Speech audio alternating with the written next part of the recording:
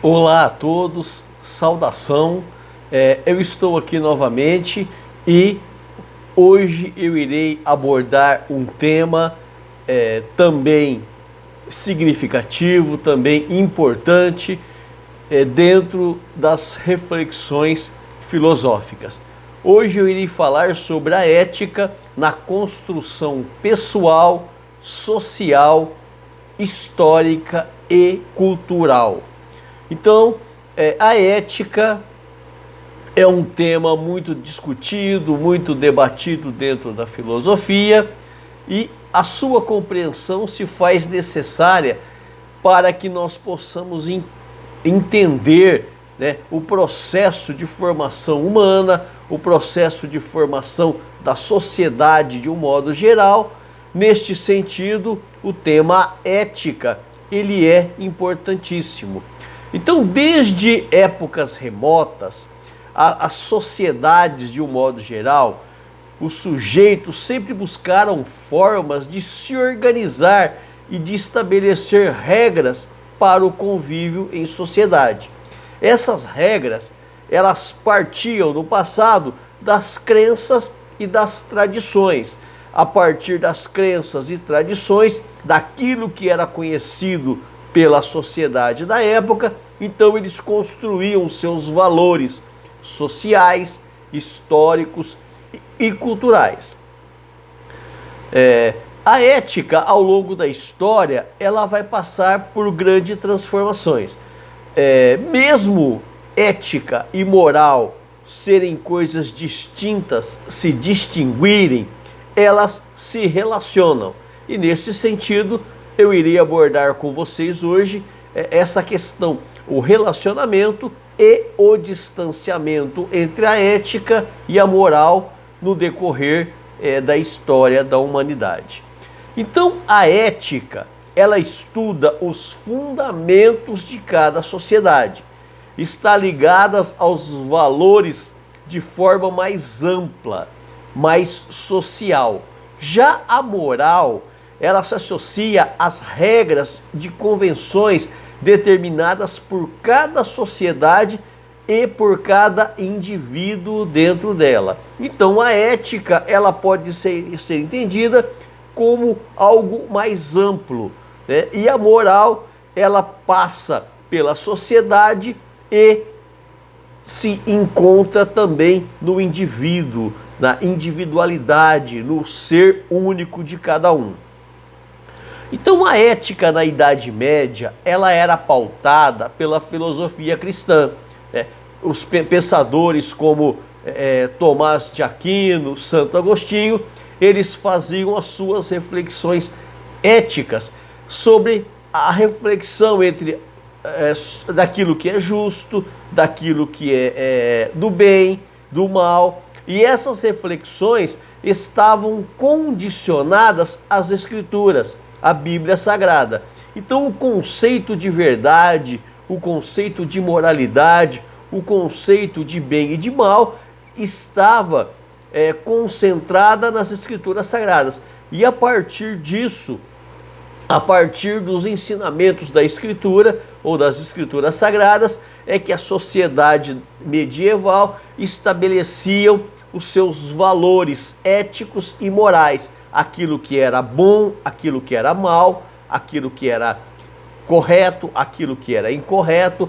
Então é nessa perspectiva que era construída ou que eram construídos os valores medievais, pautados no teocentrismo, mas no teocentrismo da visão da Igreja Católica, dos ensinamentos católicos. A partir disso, a reflexão ética, ela se deparava com alguns parâmetros que eram estabelecidos pela religião. Até mesmo a Inquisição, que era um tribunal que perseguia, que julgava, que condenava, que sentenciava até mesmo à morte na Idade Média, ela tinha por parâmetro os valores respaldados pela interpretação que a Igreja Católica dava em relação às Escrituras. A Santa Inquisição, a caça às bruxas, eram justificadas. Por quê? Porque por causa dos valores elencados pela igreja, pela conceituação, pela ideia daquilo que é bom e daquilo que é mal, é que a sociedade construiu os seus valores. Mas era uma construção religiosa, da igreja. Era a igreja que determinava, não o cidadão, não o indivíduo. A igreja é que fazia a interpretação das escrituras e ela era a responsável por levar essa interpretação para a sociedade. Não por parte dos filósofos, Santo Agostinho e Tomás de Aquino, mas por parte da igreja, né, que a ética e a ética e a moral, ela tinha os seus parâmetros estabelecidos pela igreja e não cabia questionamento. Era um ensinamento de cima para baixo, cuja sociedade apenas obedecia e não podia sequer refletir sobre isso, sob o perigo de ser considerado herege. Nesse período, de acordo com o que estabelecia a igreja, somente o Papa, somente os religiosos é que tinham condições de interpretar a Bíblia, e eles faziam isso para toda a sociedade. A Idade Moderna foi marcada por uma mudança na questão da ética. Aquilo que era pré-estabelecido pela igreja na Idade Média foi aos poucos sendo quebrado, sendo destruído para reconstruir. Então a ideia, o conceito do bem e do mal, do correto e do errado, que ficou cristalizado, que ficou sob possessão da igreja por muito tempo, na Idade Moderna, com René Descartes, que Descartes ele inaugura o modernismo, ela passa por uma transformação. Porque a partir de Descartes, a ética ela passa a ser vista a partir de uma nova reflexão, a partir de um novo olhar. Então Descartes ele é considerado o pensador que inaugura uma nova forma de refletir sobre a ética.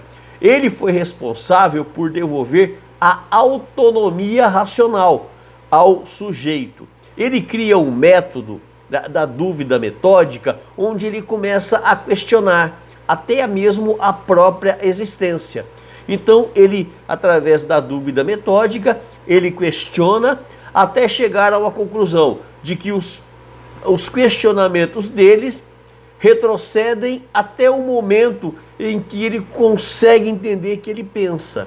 Se ele pensa, então ele existe. Então ele é o responsável a partir desse momento que ele descobre o cogito ergo sum, ou penso logo existo. Ele descobre que ele também, o ser pensante, o ser que existe e que pensa, também tem responsabilidades, diferentemente da Igreja Católica, no sentido de raciocinar, de refletir, né? Então ele vai devolver a autonomia racional ao sujeito, que havia perdido para a religião. No período grego clássico, o sujeito tinha a sua autonomia de decisão e de reflexão.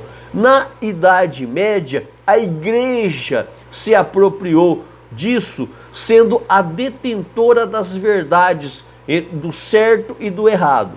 Com René Descartes, ele volta a devolver ao cidadão, ao sujeito, a responsabilidade por suas atitudes. E se o sujeito tem responsabilidade, então ele também tem que refletir sobre o que é ético, sobre o que é moral. Então ele coloca a razão acima de qualquer outra categoria, como a religião ou o misticismo, que eram prevalecentes na Idade Média. Então a religião passa a não ser mais a única a fazer a interpretação, a entender o certo e o errado de uma maneira unilateral. René Descartes, ele vai devolver para o homem, para o ser humano, a autonomia da sua racionalidade, da sua decisão. O homem é um ser pensante, é um ser que pensa, existe e age. Se age, ele tem que ter responsabilidades. Daí então surge uma nova perspectiva para a ética. Se eu vivo em sociedade, se eu penso, se eu consigo distinguir entre o certo e o errado, eu tenho que saber que em sociedade eu posso ter problemas se eu não seguir certas regras, certos valores éticos e morais. René Descartes, em nenhum momento, ele ignora a religião. Em nenhum momento ele ignora o discurso religioso. Ele apenas devolve ao homem a responsabilidade, a sua autonomia, não mais dependendo da igreja decidir, não, isso aqui é certo, isso é errado. A igreja teria sido, na Idade Média, a tutora, uma tutora que considerava os cidadãos incapazes de de entender as verdades. Então ela se autodeclarava tutora, a que tomava a decisão, a que ensinava sobre o certo e o errado, e as pessoas seguiam sem poder ter a sua autonomia. Para ele, René Descartes, a saída ética para todas as problematizações acerca da conduta humana seria a racionalização por parte do sujeito pensante. Ou seja, o sujeito pensante, ele não pode negar a sua racionalidade, a sua racionalização. Ele tem poder de decisão e também tem as consequências dessa decisão. Então, a partir de Descartes, o homem volta a ter responsabilidade sobre os seus atos. Então os valores éticos são repensados, não são mais aqueles valores determinados pela igreja, mas são valores que o ser humano que vive em sociedade, e a sociedade é múltipla, ele tem que entender que sob certas regras ele tem que se adequar a isso para o bem coletivo. Immanuel Kant ele vai usar do imperativo categórico da ética, né? A partir da filosofia de Kant, a reflexão sobre a ética de forma autônoma, ela ganha proporção, ou seja, René Descartes devolveu ao homem a sua responsabilidade pelas suas ações, e Kant ele vai aumentar essa proporção da responsabilidade. Para Kant, a solução ética para a conduta dos indivíduos era baseada no imperativo categórico, baseado na ação do dever. O indivíduo deve agir de acordo com princípios comuns a todos. Então, certas regras valem para todos, certas normas valem para todos. E essas normas são criadas para que todos a respeitem. Uma nova ação é fundamentada na racionalidade individual, e a efetivação da ação deve compreender a máxima de que se deve agir como deveria agir com você. Então, na máxima de Kant, ele vai dizer que a ética deve ser pensada da seguinte maneira: que eu vou agir conforme eu gostaria que agissem comigo. Isso é ético. Isso é ético. O que seria o antiético? É eu querer ser tratado de uma maneira, mas eu tratar o outro de uma maneira diferente. Então, o ser ético é eu tratar as pessoas da mesma maneira que eu gostaria de ser tratado. Isso cria uma conduta do agir universal, porque a ética, para que ela funcione, para que ela viva no esplendor do seu valor, ela precisa ser universal, ela tem que valer para todos. Mas como nós vivemos num mundo, ainda que globalizado, fragmentado, com culturas, com povos, com pensamentos diferentes, essa universalização ela se torna impossível. somente a partir das leis humanas, mas deve ter uma lei universal maior que as leis territoriais, que seria um agir ético, respeitando o outro da mesma maneira que eu gostaria de ser respeitado. Isso sim seria uma ética universal que funcionaria independente de leis, de valores e de políticas. Então ele vai continuar dizendo, o Kant, o que é o esclarecimento? Né? O esclarecimento é quando a pessoa sai da menoridade. Mas a menoridade aqui não é a questão da idade, menor de 18 anos, maior de 18 anos. Não, é a questão da consciência, do esclarecimento. As pessoas, elas tendem a viver na menoridade, mas a menoridade intelectual, onde elas acham que os seus atos não devem ter consequências.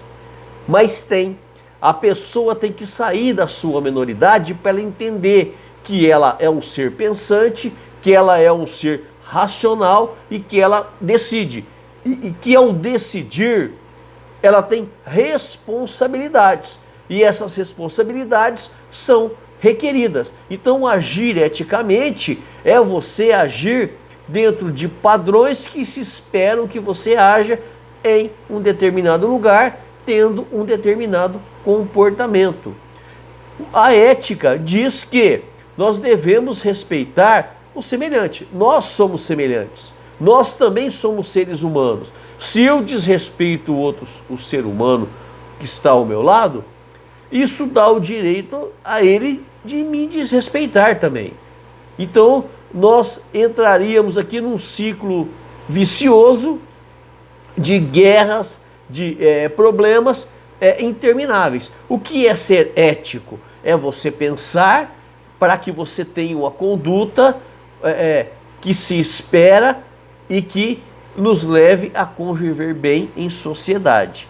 Então, a saída dada por Kant para o paradoxo entre a obediência e a liberdade racional seria dever obedecer às ordens, mas razoavelmente não lhe pode impor ou impedir, enquanto o homem versado no assunto, fazer observações sobre os erros.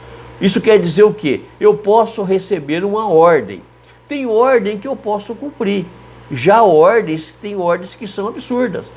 Quais são as ordens que podemos cumprir? São aquelas que não são absurdas, são aquelas que são condizentes com certas atitudes em determinados lugares, em determinados ambientes. O que é ético, por exemplo, num velório? É você respeitar a memória do morto, é respeitar os familiares do morto.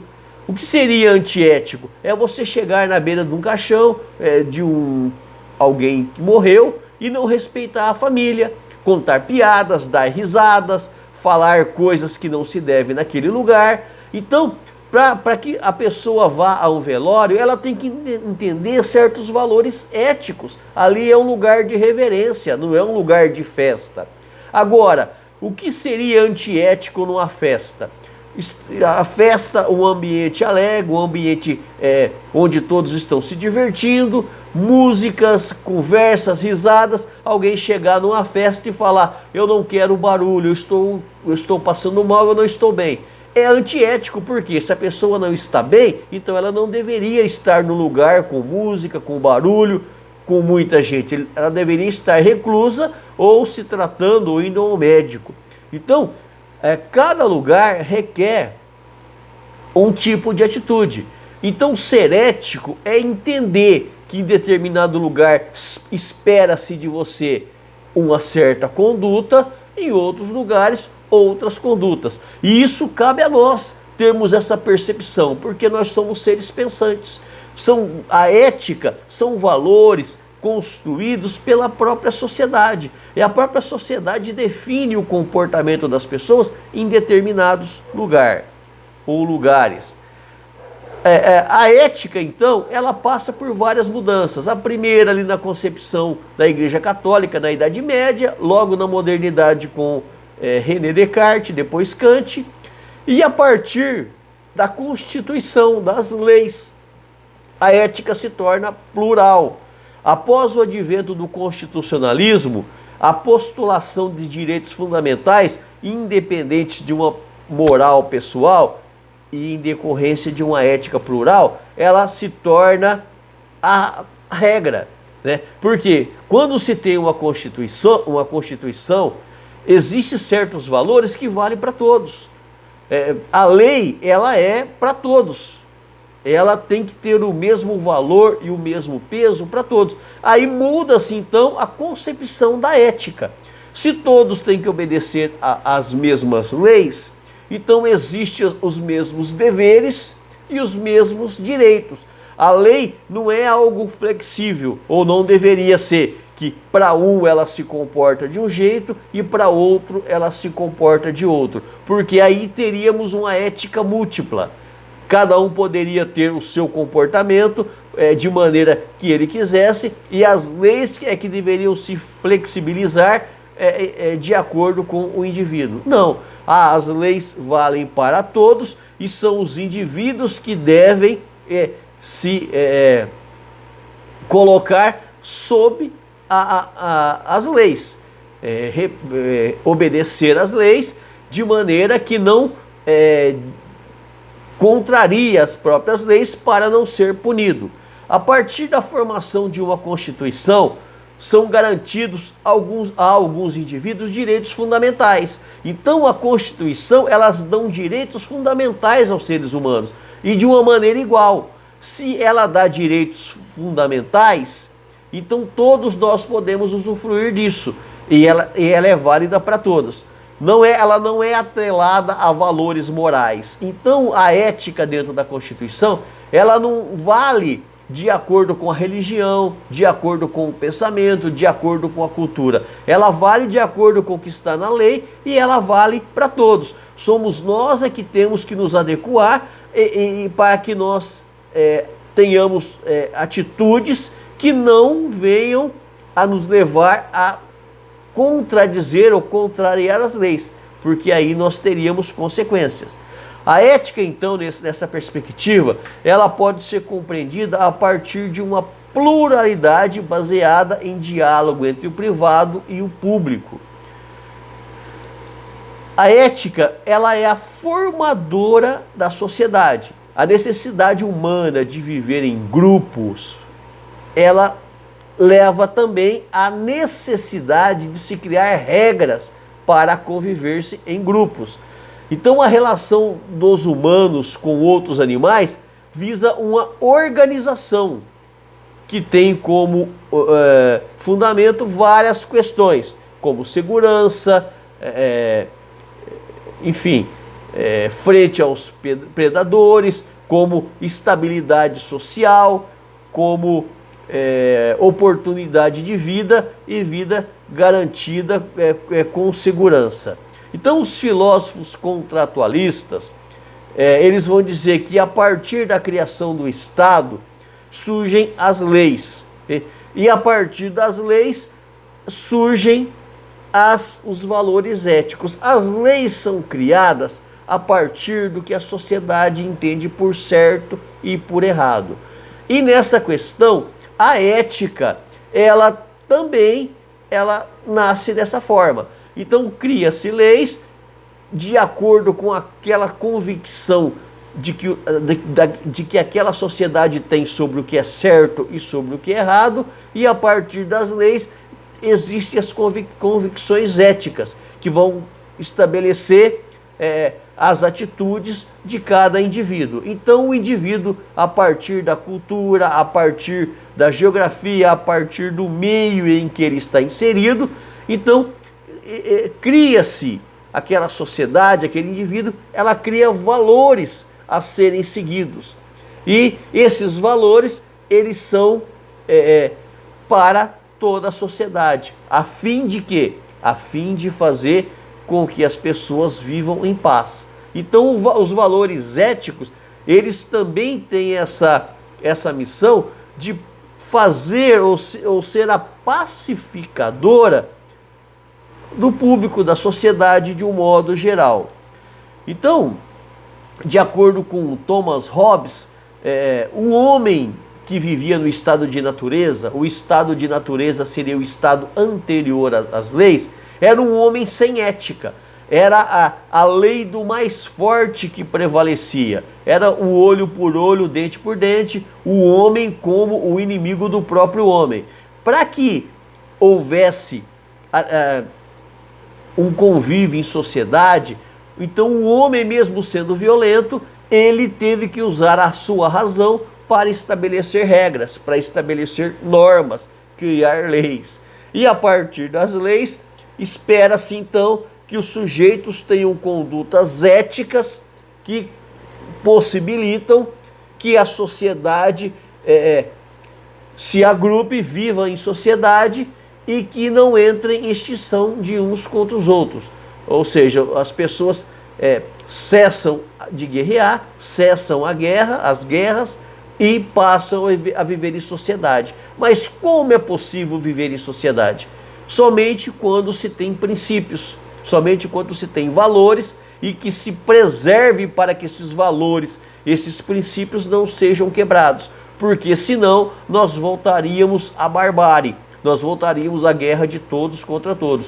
Se forem destruídas as leis, se forem aniquiladas as leis, se o homem não tiver mais leis, não tiver mais regras a serem seguidas, a ética vai mudar, ou ela vai deixar de existir. Qual seria a ética sem lei? A ética seria a do mais forte, a do olho por olho, dente por dente, ou a do salve-se quem puder. Os valores seriam quebrados, porque não tendo mais o convívio em sociedade, não há necessidade de valores. O homem iria viver isolado do outro homem, sempre que puder, haveria guerras e seria trágico. Portanto, as leis, a ética, ela tem essa capacidade humanizadora, essa capacidade de pacificar o ser humano por valores e princípios.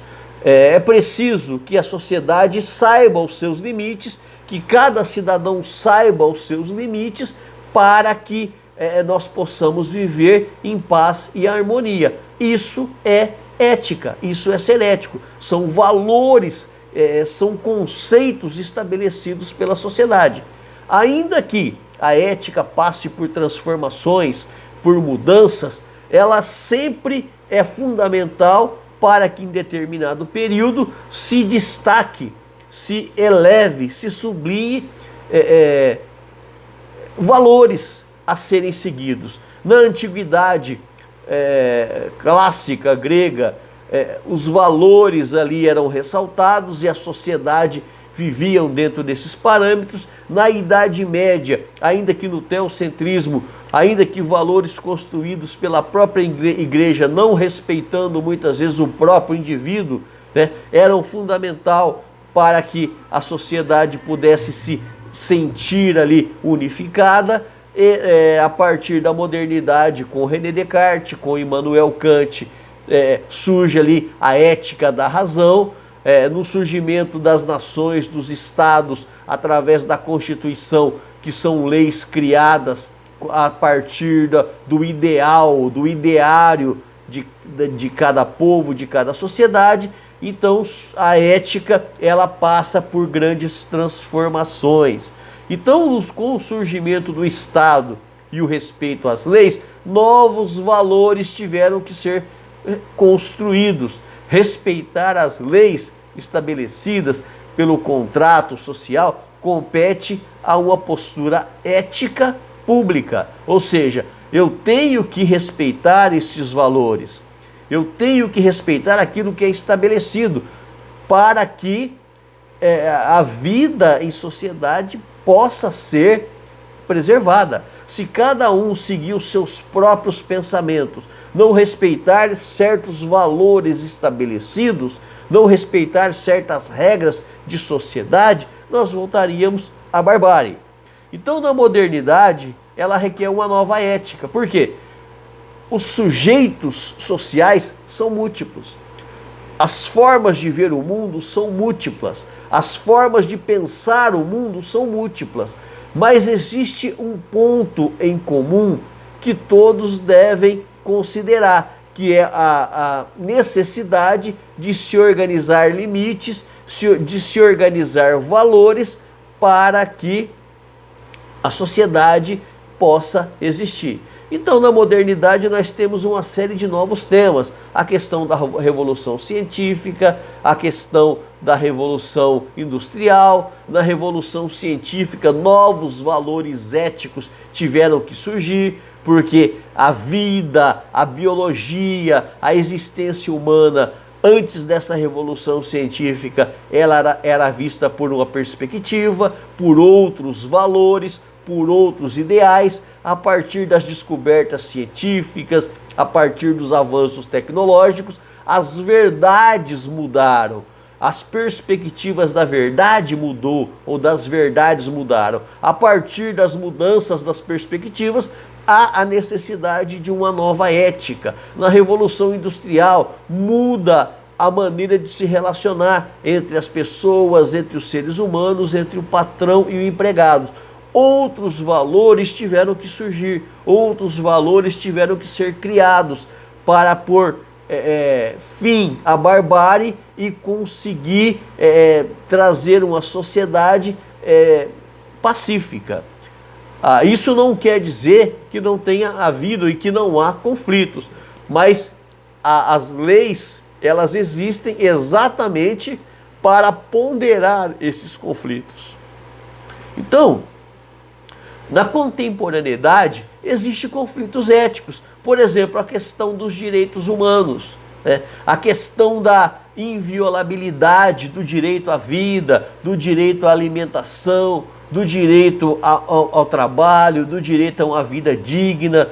Então, a partir dos direitos humanos, também houve a necessidade de organizar as novas maneiras de entender o mundo, novos valores. Nós nos vimos, a partir dos direitos humanos, cidadãos que temos direitos. Se nós temos direitos, nós também podemos reivindicar esses direitos, mas nós também temos deveres e obrigações. Essa é a nova perspectiva a partir da contemporaneidade. Então, Hannah Arendt, que é uma filósofa judia, ela vai falar sobre a origem do totalitarismo, de que o totalitarismo, ela faz uma crítica sobre isso. Está na questão, por exemplo, dos direitos humanos serem direitos universais. Direitos universais são direitos válidos para todos. Só que, quando um governo ele entra em um estado de exceção, ele não é mais obrigado a seguir aquilo que determina a ONU ou os direitos humanos. Então, esse governo em estado de exceção, ele não é obrigado mais a respeitar os direitos humanos. Então ela vai dizer o seguinte, Hannah Arendt vai dizer que nós temos que criar a ideia de que nós temos o direito de ter direito. Não a questão de termos direito por fazermos parte de uma pátria, de uma nação. Porque a qualquer momento, qualquer estado de exceção, essa regra pode ser quebrada. E nós podemos, então, a não ter mais os nossos direitos e as nossas individualidades respeitadas. É o caso das pessoas que estão sem pátria, das pessoas que estão nos campos de concentração, nos campos aí, por não terem mais uma prática, eles estão largados nas fronteiras de países, porque a nação deles foi invadida, eles perderam territórios, eles perderam as pátrias, então eles são seres que não existem, não se encaixa em nenhum governo, não se encaixa em nenhum povo, eles são cidadãos sem direitos. Aí é a crítica de Hannah Arendt, que vai dizer o seguinte, que tem que criar não um conceito de direito universal ou de direito garantido pelo Estado, mas nós como cidadãos temos o direito de termos direito, mesmo não pertencendo a nenhuma pátria, como as pessoas que estão aí sem pátria, as pessoas que estão isoladas entre uma fronteira de um país com outro país, né? Então nós devemos ter a concepção de criar o ideal de que nós temos que lutar pelo direito de termos direitos, não somente por pertencermos a uma pátria, mas por pertencermos à raça humana. Então essa é a crítica que a Hannah Arendt faz. Ela vai falar bem da questão dos refugiados. Quem são os refugiados? São pessoas que não existem, pelo menos na prática, porque não pertencem a um Estado, não pertencem a outro, não tem leis sobre elas, então elas não têm garantias, elas não têm os seus direitos e as suas individualidades respeitadas. Mas se o indivíduo ele for considerado um indivíduo de direito, independente de ter pátria ou não, ele deveria ter os seus direitos garantidos pela universalização desses direitos a partir de uma consciência humanitária. Então, a questão da ética, ela é muito ampla e nós podemos debatê-la aqui por muito tempo, mas eu encerro aqui este vídeo e em breve eu voltarei com mais vídeos para vocês. Fique aqui a reflexão sobre a ética e toda a sua complexidade, toda a complexidade que envolve esse tema. Esse é apenas um primeiro contato com o tema, para que na sala de aula nós possamos revisitar esses autores, esses escritores, esses filósofos, e nós poderemos nos aprofundar. Eu deixo fora aqui nesse vídeo, eu não vou falar sobre a questão do trabalho que Karl Marx desenvolveu, que a partir da perspectiva de Karl Marx também a relação homem-trabalho requer uma nova ética. Também não vou falar sobre Michel Foucault e a microfísica do poder, porque senão o vídeo se tornaria muito extenso, mas em sala de aula nós retomaremos e nós ampliaremos o tema. Um abraço a todos e até mais.